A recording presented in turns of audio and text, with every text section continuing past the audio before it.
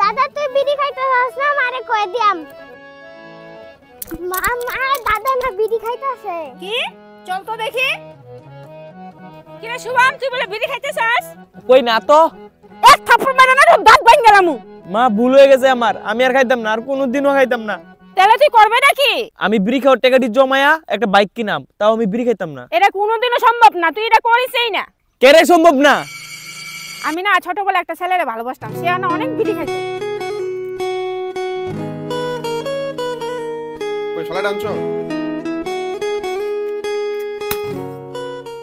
তোমারে কইছি যে বিড়ি খায়ও না হান আমারই কৌশলে আনতো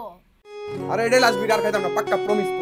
এটাই লাস্ট বিড়ির পিছনে তুমি যত টাকা খরচ করো এটি যদি তুমি জমাও তাহলে না একটা সাইকেল কিনতে পারো আচ্ছা বাবু ঠিক আছে এই জন্য বিড়িটা আমি নিবাইলাম এখন থেকে আমি বিড়ির টাকা যত খরচা করি সবটি জমায় রাখমু পরে একটা সাইকেল কিনবো নতুন সাইকেল তুমি আর আমি দুজনে টাকা করে করবো ঠিক আছে আচ্ছা সুন্দর দাও 6 বছর থেকে তো বিড়ি খাওয়ার টাকা সব এনে জমাইলাম মন চলো ভাঙ্গিয়ে দেবে হেস মাত্রই করে টাকা এটি দিয়ে তো সাইকেল তো দূরের কথা সাইকেল একটা টায়ারও হইতো না আমার সিগারেট খাচ্ছে কোন লাগছিল তাহলে সিগারেটের দাম বেশি টাকা জমলে বেশি বুঝছো আরে কোনো ব্যাপার না একটা পুরান সাইকেল তো কিনতে পারবা চলো পুরান সাইকেলই কিনাম এই যে দেখো এই সাইকেলটা কিনলাম কেমন আছে ভালোই আছে আমি ওডি চালাও এই রো আগে আমি চালাই দিই ঠিকঠাক আছে নাকি তারপরে তুমি ওহো সেই মজা আছে সাইকেলটা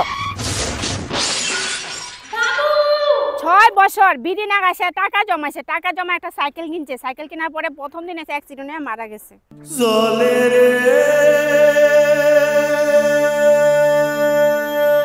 তার থেকে না বিড়ি খেলেও এর থেকে বেশি দিন বাঁচলো তার থেকে ভালো তুই বিড়ি খা and one baseline which is